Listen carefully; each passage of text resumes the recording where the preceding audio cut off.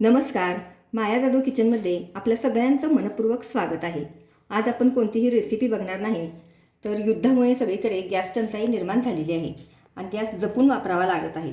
Booking करूनसुद्धा कधी मिळेल हे सांगता येत नाही. तर यासाठी वेगवेगळे पर्याय आहेत. त्यातीलच एक सगळे वापरू शकतात असा एक म्हणजे इंडक्शन.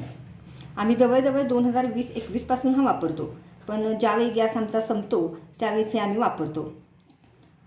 आज शक्य होईल तेवढा आता याचाच वापर आम्हाला करावा लागत आहे. तर खेडेगावामध्ये ज्यांना जागा असेल त्यांना चुलीचा पर्याय ते वापरू शकतात, पण शहरांमध्ये तेवढी जागा उपलब्ध नसते. शिवाय रेंटने राहणाऱ्या लोकांनाही चूल पेटवणं तर जवळजवळ अशक्य आहे. अशावेळी बऱ्याच लोकांचा कल हा इंडक्शन वापराकडे असतो. तर याचीच माहिती आपण या व्हिडिओमध्ये घेणार आहोत. आमच्याकडे प्रेस्टिज कंपनीचे इंडक्शन शेगडी आहे. हे आपण बघू शकताय, ही प्रेस्टिज कंपनीची आहे.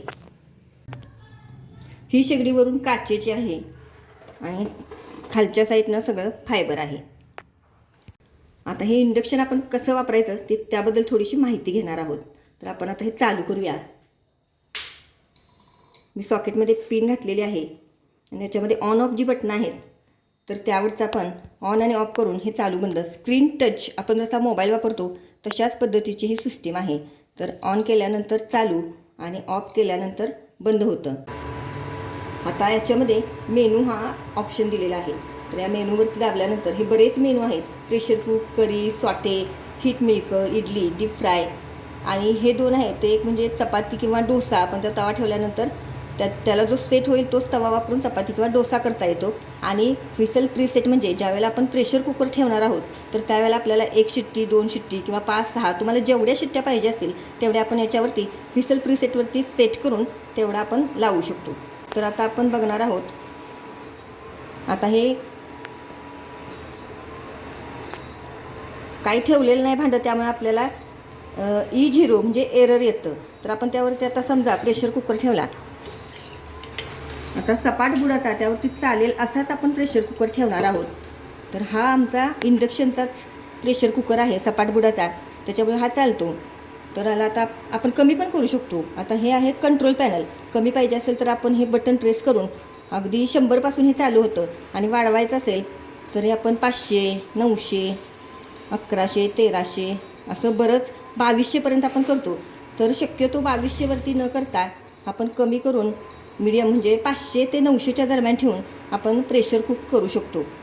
तर आता आपण हे बंद करूया. बंद केलं की स्टँड बाय येतं. नंतर आपण चपाती किंवा डोसा, जर आपल्याला चपाती डोसा काय करायचं असेल तर अशा पद्धतीचं खालचा भाग आहे तो अशा पद्धतीचा ठोके असल्यासारखा असतो. म्हणजे अशा पद्धतीची जी डिझाईन असते तीच भांडी फक्त याला चालतात. म्हणजे आता ही मधला भाग जो आहे तो अशा पद्धतीचा पाहिजे. तर तो ठेवल्यानंतर आता आपल्याला काय करायचं आहे, सॉटे काहीतरी भाजी करायची आहे समजा. तर मेनूवरती आता हे बंद आहे, आपण ऑन केलं. ऑन केल्यानंतर आता मेनू, तर आपल्याला काय करायचं आहे, सॉटे. म्हणजे आता कढईमध्ये एखादी भाजी करायची असेल तर आपण ह्याला सॉटेवरती आणणार आहोत. आणि मग आता आपल्याला भाजी फोडणी टाकायची आहे करपेल, म्हणून आपण हे कमी करून अगदी 100पासून गरम व्हायला ठेवणार आणि नंतर वाढत जाऊन अगदी 500 ते 900 याच्या दरम्यान आपण ठेवून ती भाजी आपण करू शकतो. आता हे बंद करूया.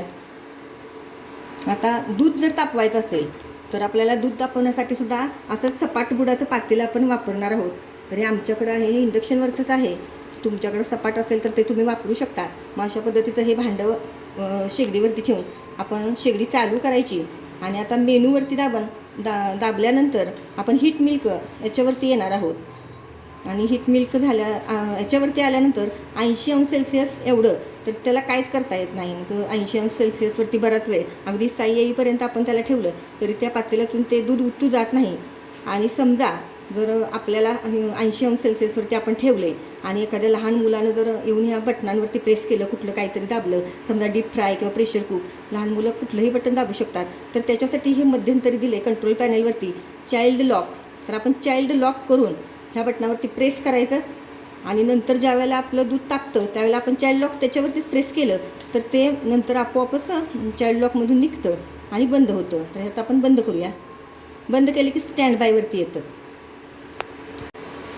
आता आपल्याला जर चपाती किंवा डोसा करायचा असेल तर आपण शेगडी चालू करूया. ऑन केल्यानंतर मग आपल्याला काय करायचं आहे, मेनूवरती दाबून नंतर आपण डोसा किंवा चपाती त्यावरती आपण प्रेस करणार आहोत आणि नंतर हा चपाती किंवा डोसा करण्यासाठी आपण तवा ठेवायचा आहे.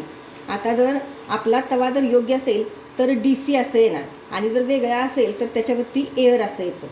मग त्याच्यामुळे ह्याच्यावर चालेल असाच तवा आपण वापरून यावरती चपाती किंवा आपण डोसा करणार आहोत.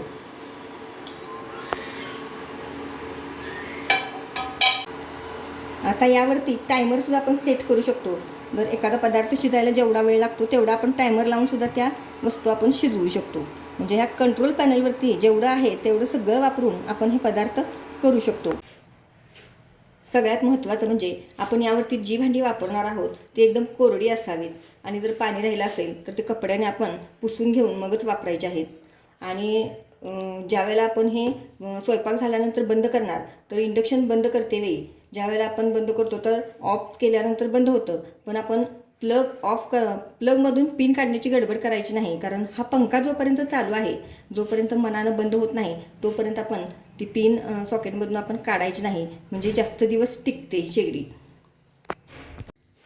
हा कोणताही प्रमोशन व्हिडिओ नाही. आमच्याकडे प्रेस्टिज कंपनीची इंडक्शन शेगडी आहे.